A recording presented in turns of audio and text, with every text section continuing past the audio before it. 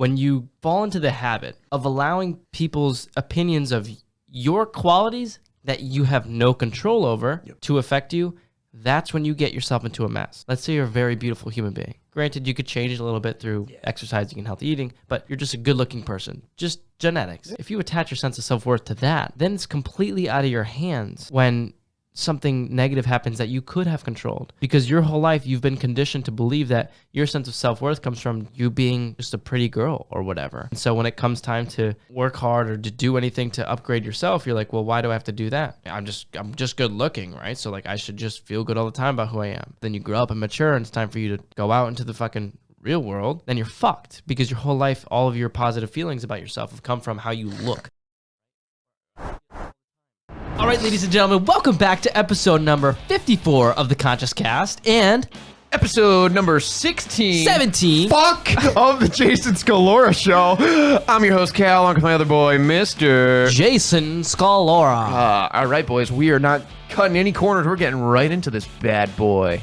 So after some camera difficulties, we are back, all right? And so we are starting off with a nice little clip from Dr. GaryVee. Dr. GaryVee.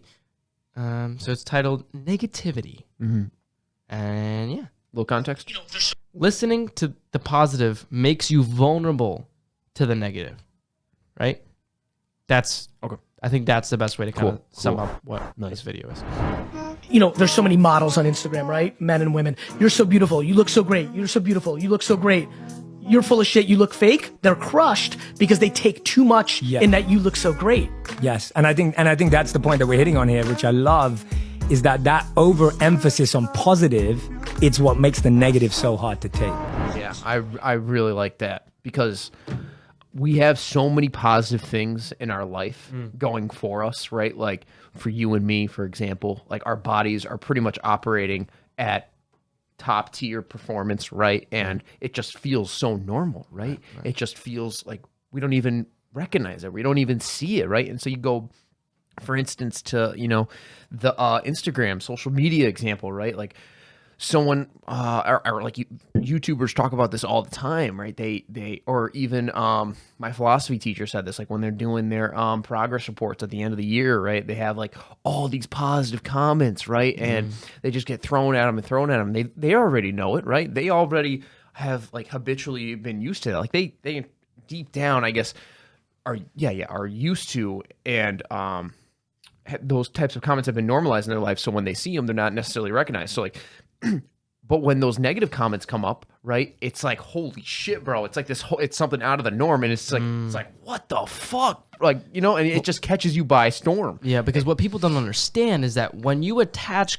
any feelings, good or bad, to what other people say about you, you get both sides of the coin. If you take the coin, you get the coin. You don't get one side or the other. You get both, right? And so whether it's good or bad, that's what you're setting yourself up for, right? And so what Gary's talking about is if you're a model, for example, and you're extremely good looking, and your whole life, every time someone compliments you, you take in a compliment, and that's what you feel good about, that's where you're going to attach your sense of self-worth to. Yeah. And when you attach your sense of self-worth to anything anybody says, in this case, something good, then when someone says something bad, you have that flip side of the coin attached to your sense of self-worth because you attached your sense of self-worth to what other people say. Good or bad, doesn't matter. But when you do that, you get both. So then when someone says something shitty about you, that feels like shit. But that's because you started off from the perspective of when people compliment me, that's what I'm going to allow to make me feel good, right? Which is weird though, and this is kind of like the side conversation I wanted to dive into with you is I don't understand, because if someone compliments you and it's a genuine compliment and it's like just a genuine compliment, what are you supposed to tell yourself not to feel good? So like, how do you combat that? I don't. So how do you combat? Actually, you know what? For me, so for me is like, okay, so maybe I'm not explaining my perspective on this correctly.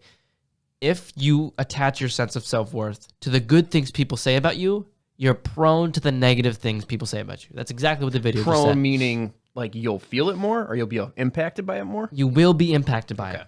You will be. Okay. Because in my eyes, like if someone says some bullshit about you that you don't believe, you won't feel it.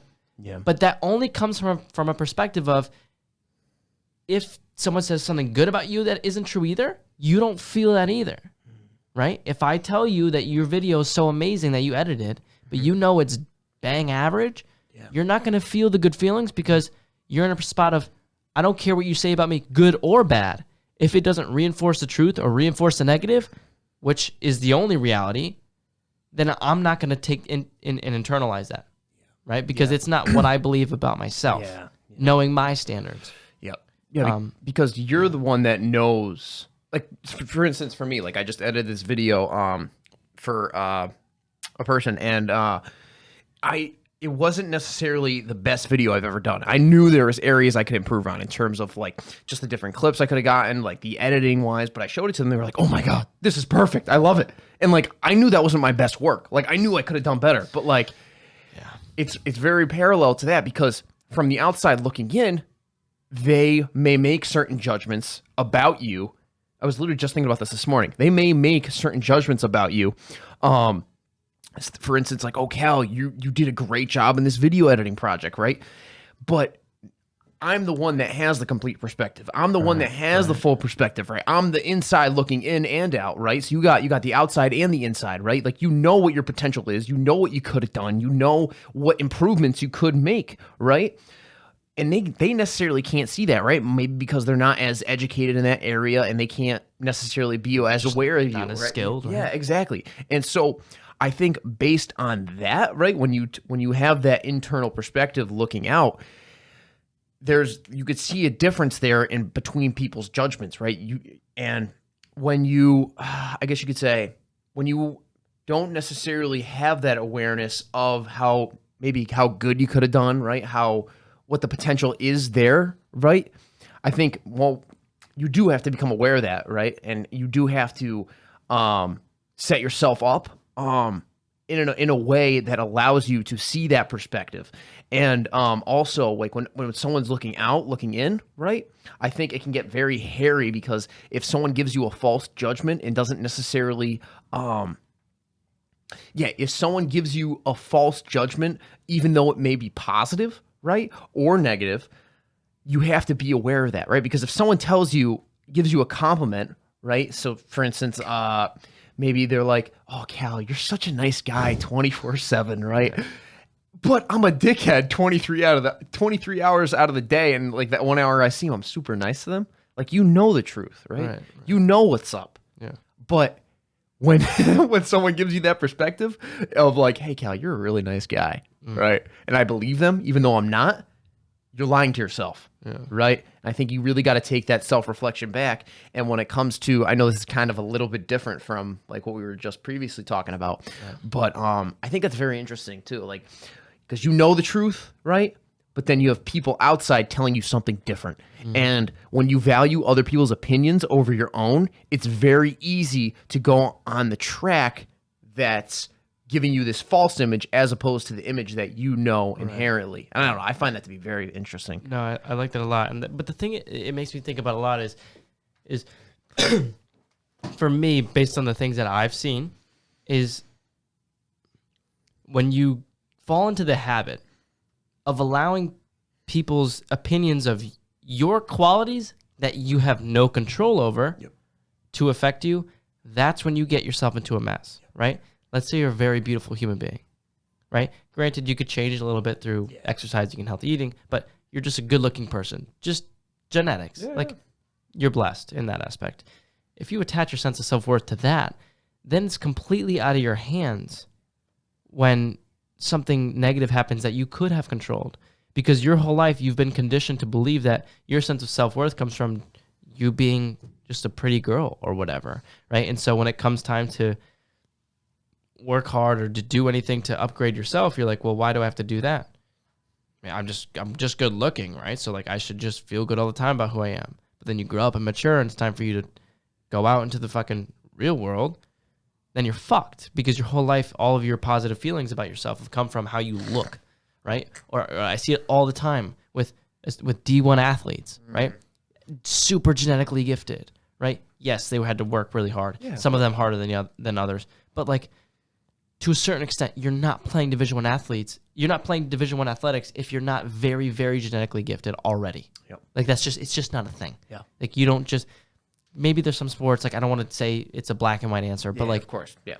I would say 99% of the athletes that are playing Division I sports Extremely genetic. are very genetically gifted yeah. at birth already. It just is what it is, right? I'm not going to play D1 basketball. I'm 5'8". It's just not happening, and that's fine. Hey, you did pretty well the last week. Kiss me. I kicked Cal's ass. Okay, you didn't kick my ass. I did not. It was a very close game. Very close game. It was a very close game. Good game. It was a good game. Coming soon. Conscious Cast Premium. It's so funny. You're going to just play basketball and making jokes, like our comedy side of us. Conscious Cast Plus.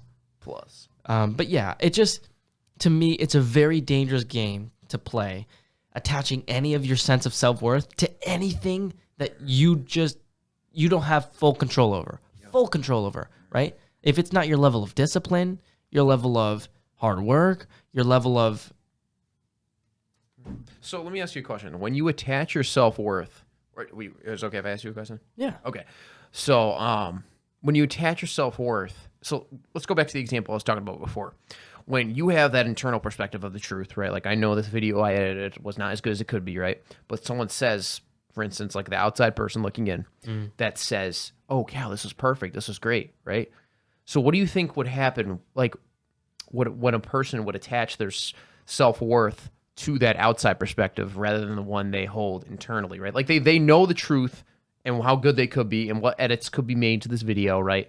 But they attach their self-worth to that outside perspective that's saying something different from the one they're saying. Does that make sense or not really? No, it does. It does. It's like, what do you think would happen? Like, it doesn't have to be the exact scenario, but like, what types of, I don't know, consequences or... For me, well, I got to take a step back before I answer the question. Gotcha. Because for me, what's most important is that you understand if it's affirming something you already believe or if it's not. But that comes from the presupposition that your opinion comes first, right? So in this case, if the person that you edited the video for says your video is great and you know it's not, your opinions aren't the same here of your worth in this specific scenario. So that what she said or he said isn't going to make you feel good because you know how good it made you feel because of where it was in comparison to your own standard versus maybe their standard, right? But when you get to that,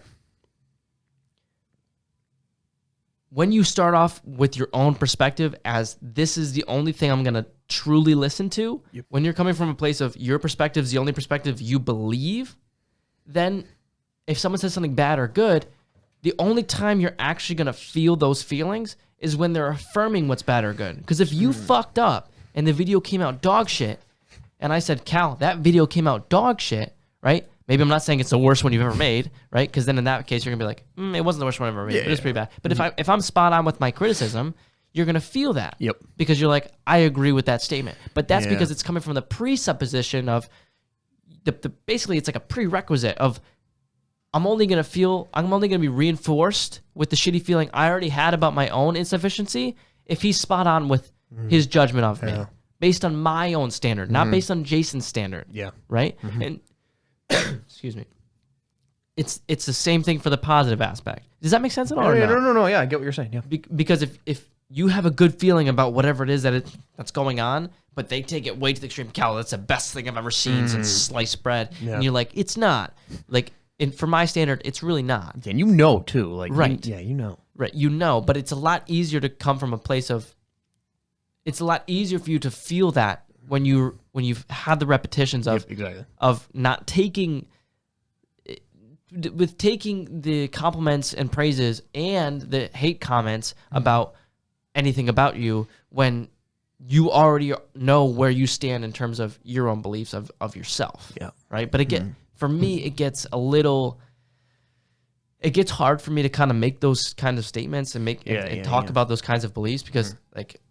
For me, like, I mean, genetically, I didn't really get fucked in any way. I don't have any major disabilities. I'm not like I'm not a very ugly guy. Like, I'm not like super like unathletic or like super like any negative. I'm sure there are things I'm like really bad at. I'm not trying to come across egotistical, but like I'm coming from a place of like, I don't I haven't really been through any of the things that maybe some of those people have to go through, right? I also don't have to go through the aspect of some of the dudes that I know that are extremely good looking, like 6'4", chiseled body, the beautiful men, like just a great looking dude, and they go throughout life and they don't like they're fucked now because their whole life they've gone through and all their sense of self-worth is I look good or I'm really good at sports. And so, like, I'm the quarterback in high school, and so I feel good because I'm popular and hot. Yeah.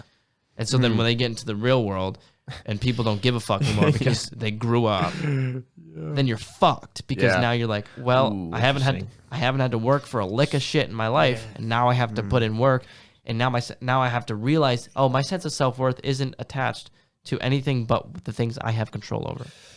Because I think that's what mature people believe. Yeah, so when you get into an environment where you attach your self-worth to things that necessarily aren't in your control, that's what generates that feeling of insufficiency, right? And so feeling of like, oh, like I'm in my hometown, right? I'm the star quarterback. Everyone loves me. And then I go to like another town, like where I go to college. I don't play football there.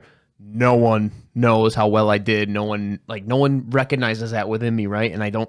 If that's where my self-worth is, right, I'm gonna be feeling worthwhile in this town as compared to that other town. Maybe I'm going to college in, right? Well, it's like, think about it this way: if that quarterback went to another town and every single dude had the same exact genetics, same exact upbringing, looked exactly the same as him, everybody was exactly the same. All of them would have to be forced into a spot where their sense of self-worth is only attached to the things that they have full control over, because that's the only distinction at that point. They all look the same, they all look the same, have the same stature, have the same genetics given to them, so that they're not getting any more praise or less praise than anybody else. Therefore, this sense of self-worth is all baseline zero, aka discipline, hard work, and anything that you have full control over is the only thing that you're attaching your sense of self-worth to. That's what maturity looks like, is when you view everybody else in the world like that. Maybe you're from a minority and you grew up harder than the person of the majority. Maybe you're a male or female. Maybe you're not as attractive as somebody else physically. Maybe you have this. Maybe you're short. Maybe you're tall. Whatever. Like, just the cards you were dealt. Everything else aside. When you're from a mature perspective, you look at everybody as the same. Everybody starts off as zero. You have talents, you have these talents, everybody has this, maybe you started here, maybe you're this, whatever. But based on what you do with those cards that you were dealt is how I'm going to view you, right? And so that's where I believe that mature perspective comes into, but only until you get to the point where you're attaching your sense of, because that's like kind of like the outside perspective, only where you get to the point where you're attaching your own sense of self-worth to only the things that you have full control over, will you be in a place where you're always going to feel adequate, because otherwise it's just a game of comparison and you're never going to be the best. You're never going to be the best looking. You're never going to be the most athletic. You're not going to have the hottest girlfriend. There's always more, but you don't have control over those things. But you do have control over who you were yesterday. And you can always be enough because you can always be putting in the work on the things that you can work on. So this is a TikTok on my page titled Hate Comments. And it's basically, this is just how GaryVee, it's just GaryVee talking about how he handles negative comments. Negative piece of feedback that I get, I genuinely go into two places. A, I deploy sympathy and empathy for the person leaving the comment, because inevitably, immediately on that action, I know that they're not in a good place. If you go to somebody else's social, consume it, and then spew hate, you're not in a good place. No, absolutely. You're unhappy. Yeah. Next, I start trying to see the insight to any truth in it. You know, the second that you're high on your own supply, you're vulnerable. Yes. And so 100%. I don't give a fuck about anybody's opinion. Ironically, I value everybody's opinion. I just synthesize it and then decide to take the good from it. It's weird because when I first started doing socials and like started posting positive content about self-improvement, when I first started posting content about self-improvement, you're giving me the look. Okay, sorry. All right. When I first started posting, now you're really giving me the look. You're just like,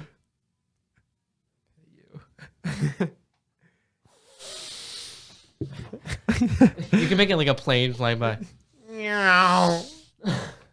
When you first started posting self-improvement? Jesus. It sounds cool. We have 11 minutes, Mr. Scalora. Sorry.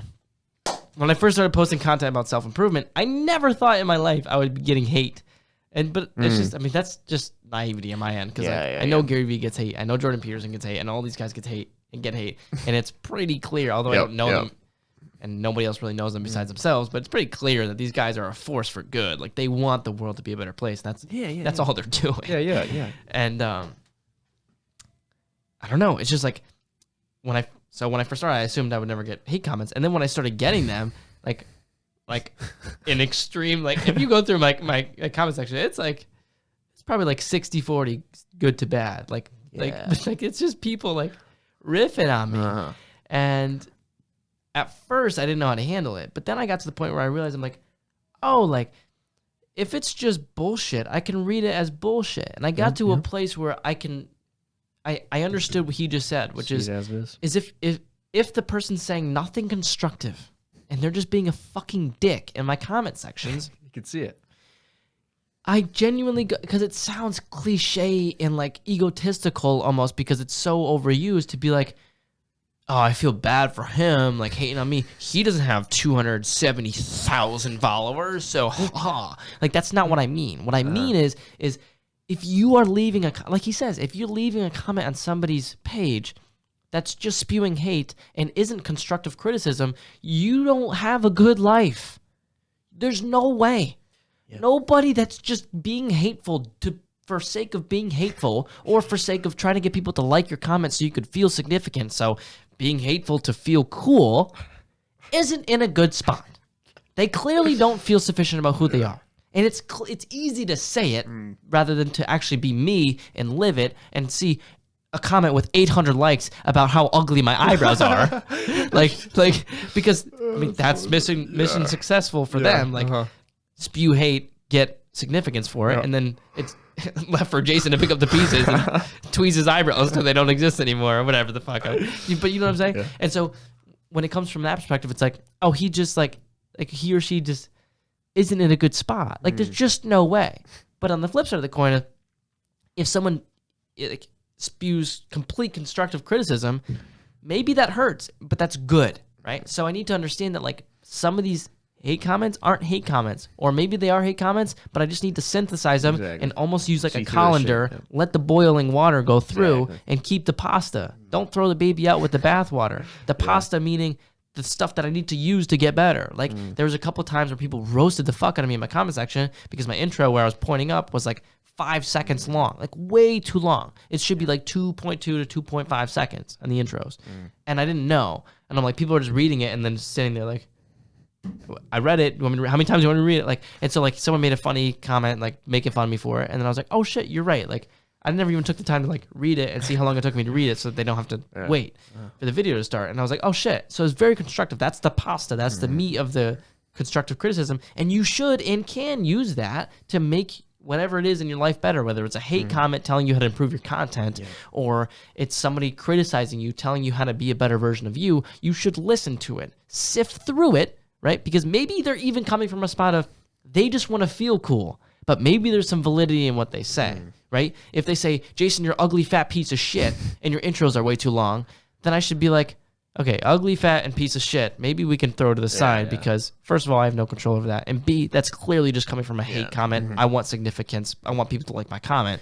But maybe if my intros are too long, I could take a look at that, right? And so if you can get to that perspective, your life will be completely maximized because you're you. You have a very biased perspective of yourself. But when other people are consistently consuming your content, consistently following you around, are your friends, are your family, know how you're like and how you can improve and give you advice on how to get better, that's when you need to be taking the advice regardless of where they're coming from. Because if the piece of advice is still there, sift through the fucking bullshit. If there's a lot of bullshit, don't be like, well, that's bullshit. Like, they just want to feel cool. Yes, sure, maybe they do.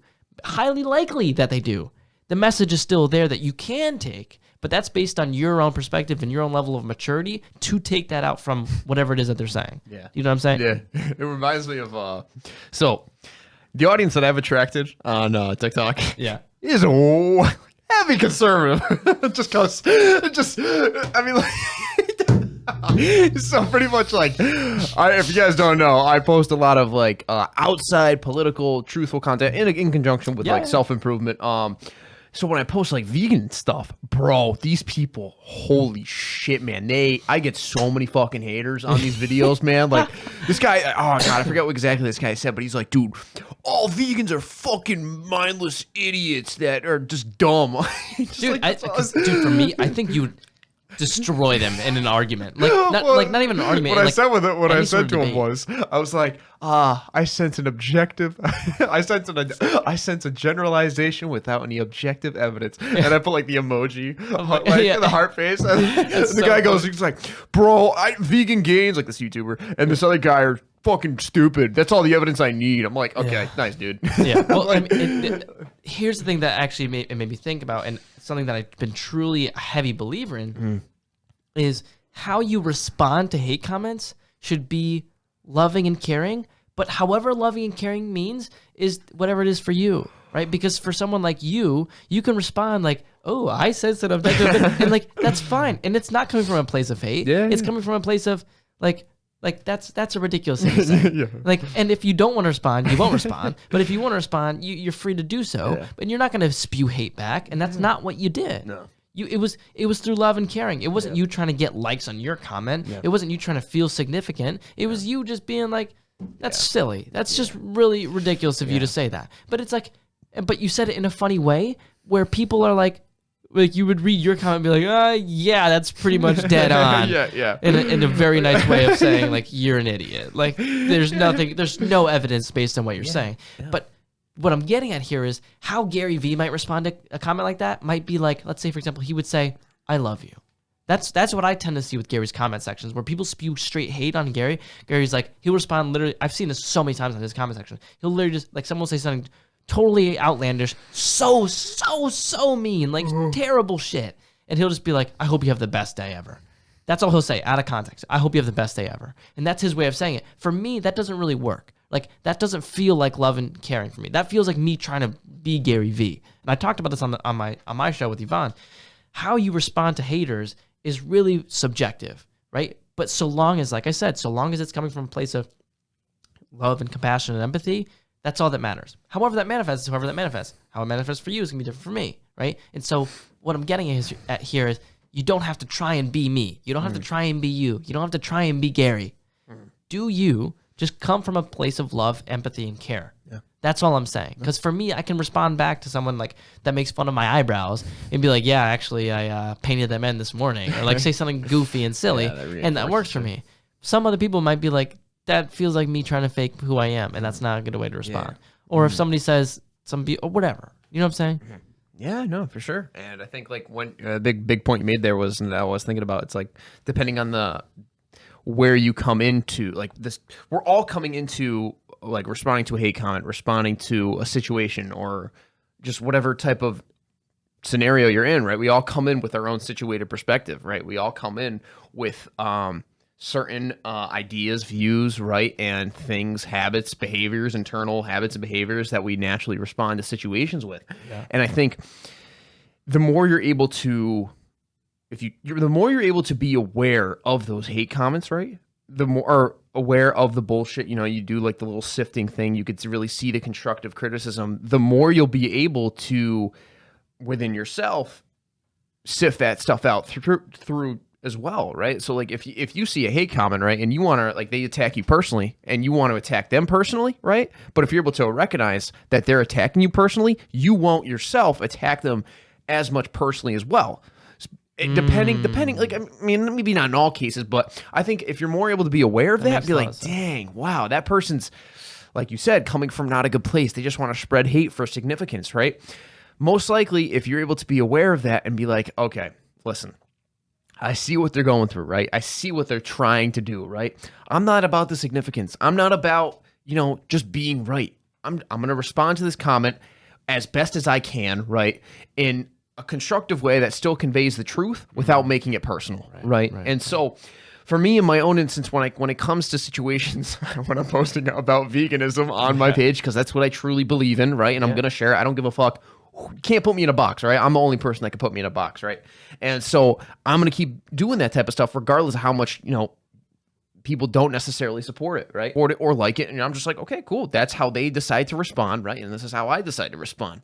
But if they decide to go out of their way, right, because to write a comment, it takes way more time than liking a video, right? And you really got to, because I know, especially on controversial topics like veganism, whether it be abortion, any type of thing that's really, really controversial, a lot of emotion's going to get sucked up into it, right? And it's just like, and arguing over a comment section, like, bro, you're going to be there for hours, man. Yeah, for me, and this is my number one message, because like I've been in it for about a year now and had a pretty serious following for about 6 months now. If you're a content creator and people constantly leave bullshit comments in your comment section and you don't know how the fuck to deal with it because it fucking hurts when people say mean things, which is like a natural emotion to feel when people poke fun at you or make you or just give criticism.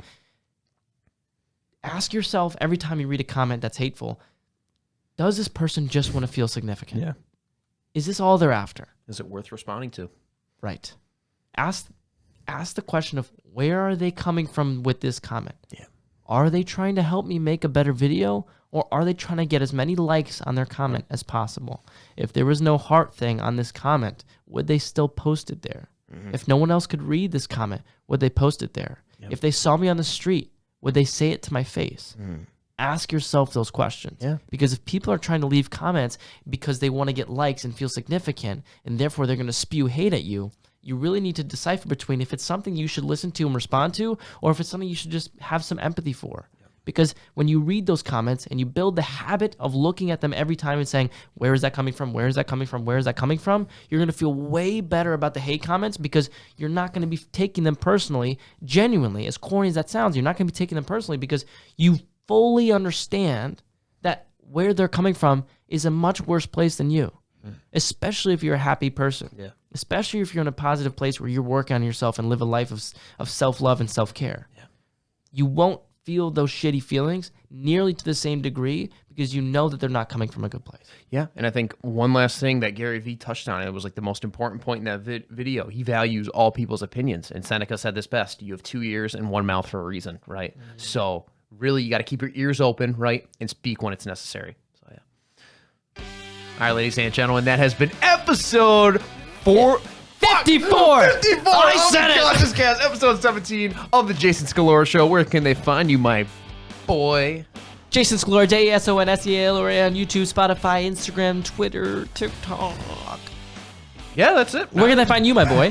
Because we're on my account Oh, now. yeah. YouTube, Conscious Cal. Instagram, Cal Borst. And Snapchat, fuck that. So, yeah, we're clocking out, people. Love yourself because I love you. Stay handsome. Peace.